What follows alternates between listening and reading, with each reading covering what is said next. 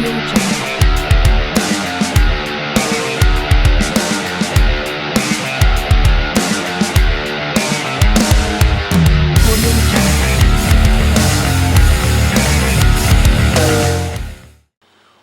to College Football Rundown, everybody. I'm Glenn Shaw alongside Jeremy Smith here for this 2015 college football season, as it has already kicked off due to fall camp a couple of weeks ago.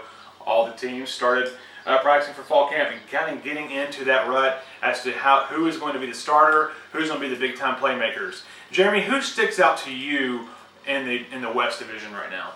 To me, I picked Alabama to win the entire SEC, and I'm sticking with that. I really think Alabama, despite only having 4 returning starters on the offensive side of the ball, really feel like that they're going to be just fine. Although we don't really for sure know who that starting quarterback is going to be, although I do feel like Jacob Coker, the senior, will wind up winning that job. I feel like Alabama is the one that sticks out to me. One of my, really a sleeper to me, I actually considered picking them to win the SEC West is Texas A&M. Really think John Chavis, that hire over there, was really, really good, really, really big for that program. Never had a problem on offense. It was always the defensive side of the ball that they had an issue with. Well, they hired one of the best defensive coaches that they could hire, so it's definitely going to get better for them. Yeah, for me, I think it's the Auburn Tigers. I have them winning the West, and why not? You get Will Muschamp coming over from Florida, a big-time defensive coordinator. His second stint at being a defensive coordinator, of course, prior to being in Texas. I think he's going to do some big things there, and they've got some playmakers on defense that can really make a big impact. He brings the energy. He brings the height that defense really swarms around him. But another team for me in the West that really sticks out is Arkansas. What can Brett Bielema do this year? Alex Collins, one of the big-time running backs returning. The offensive line, a big-time part of that. Probably one of the best offensive lines in the SEC. Oh, yeah. And then Brandon Allen. Can he build off with what he did last year? 25 touchdown passes, only 9 interceptions. That's a pretty good statistic, Jeremy, in my book. Oh, absolutely. If you can manage a game, and then behind that, like I said, the biggest offensive line, it's an NFL offensive line. It's that good and it's that big. Absolutely. If he can manage the game with those running backs and those tight ends that he has to his disposal, Arkansas going to have a good year. But they go through that grueling SEC West schedule, and that's not easy for anybody. No, and can they win games on the road? They had that issue last year, so we'll wait and see.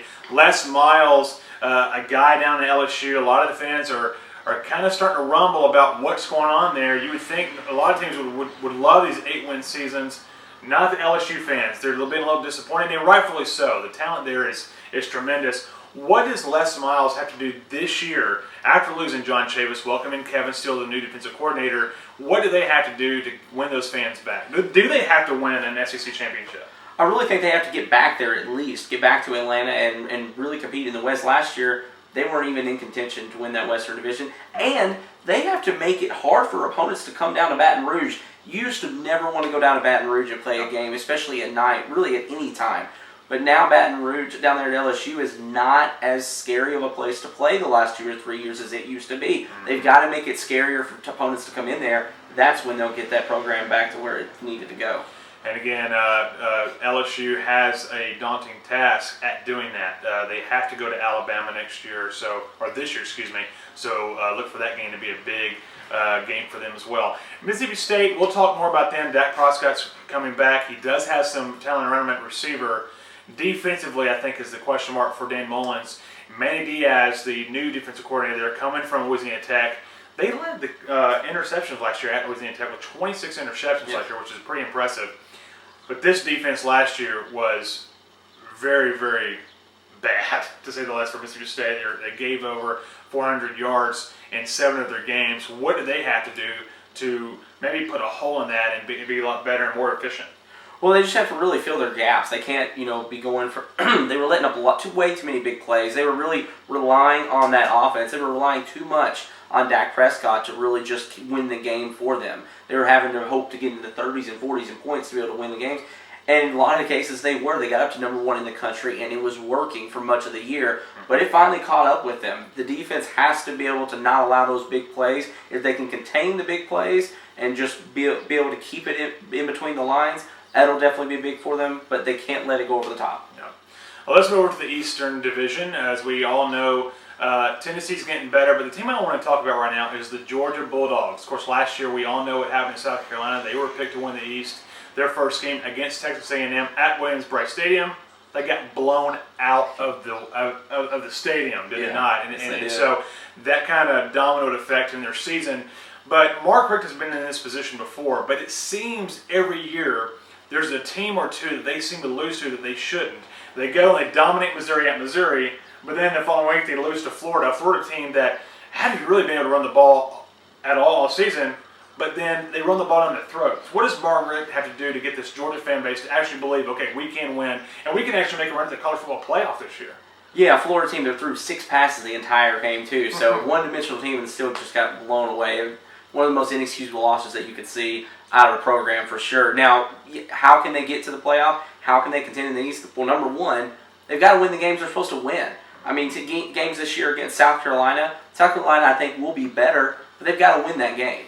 Games this year against Florida, they've got to win that game. Now, big games for them for sure. Hosting Alabama, that's huge. Yeah. At Tennessee the very next week, that's probably one of the toughest back-to-back weeks stretches on their schedule by far. Got to play Auburn later in the year, Georgia Tech, and they have such a weak non-conference schedule outside of Georgia Tech that they really need that Georgia Tech win late in the year.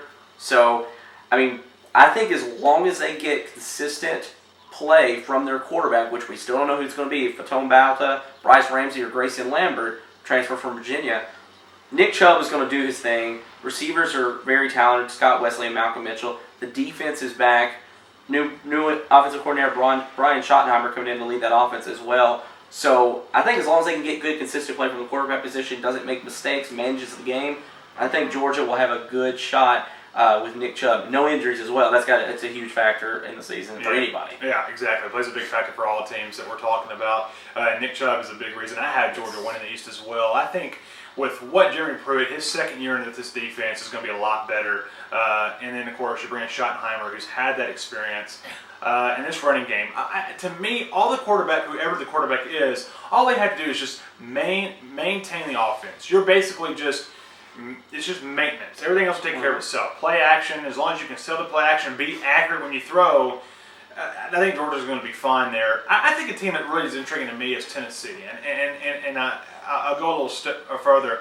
Joshua Dobbs, end of the year at 4-1, leading Tennessee into the bowl game, beating Iowa comfortably. But I'm not going to jump on the bandwagon yet. I think that they still have a lot of improving to do, especially the offensive line. An offensive line that gave up 59 sacks last year, which was an all-time, last in the conference, I believe, in giving up sacks. What does this team have to, what does Butch Jones and his staff have to do to maybe get to that 8-9 win mark this year if they're going to try to at least win the East? Well, they got to take advantage of the fact that they have Georgia at home this year. I know that's going to be obviously a very tough game, but they've played Georgia so close the last several years. Georgia's found a way to escape. But Tennessee has gained experience. They're a little bit older. I still feel like 2016 is really going to be the year that they really hit the ground running for a chance, at a really huge year. But I really feel like they have a shot at 8-9 wins this year because you have a chance at a huge statement game against Oklahoma at home in week 2.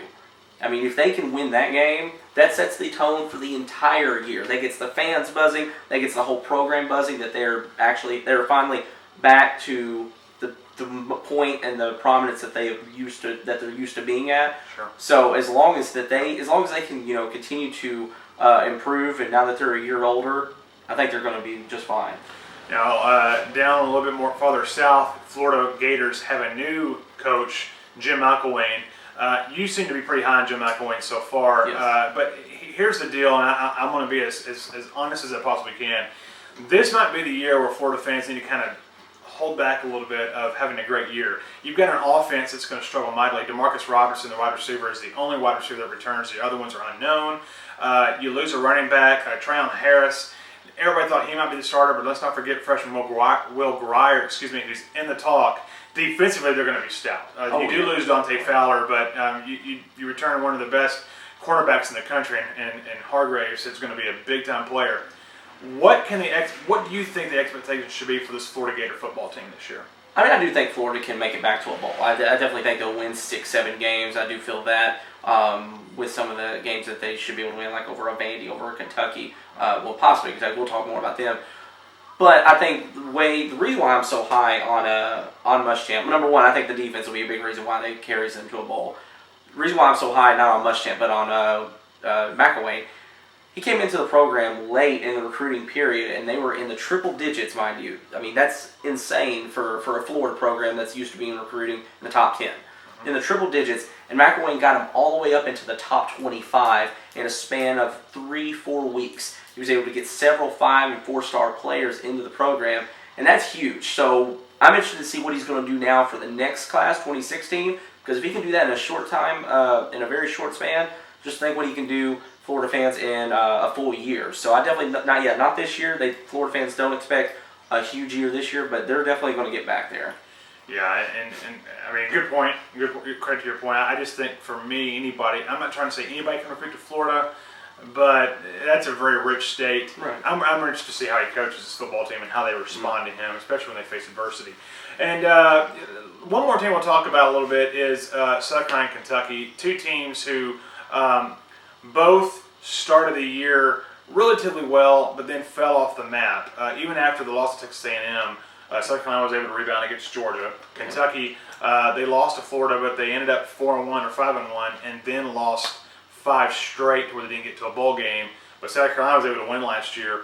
Talk a little bit about Bob Stoops. What does he have to do to get them to a bowl game? I think that's about where my expectations would be, right? Yeah, I picked that on the other night on Periscope when we were doing a broadcast. I think Mike Stoops is going to lead this Kentucky team to a bowl game. They got so close last year, and like we talked about, that Florida game could be a toss-up this year. They get them, I believe, up in Lexington this year, almost beating them in Gainesville a year ago.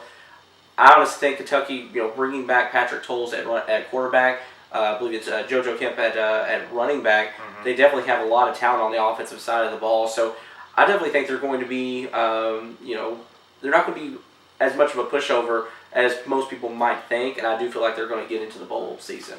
Another thing to keep in mind, Kentucky played 8 straight games last year before they even had an off week. That's going to play into a major effect. Alabama has that this year. I believe another team, I apologize, I can't tell off the top of my head, but I believe another team has that as well.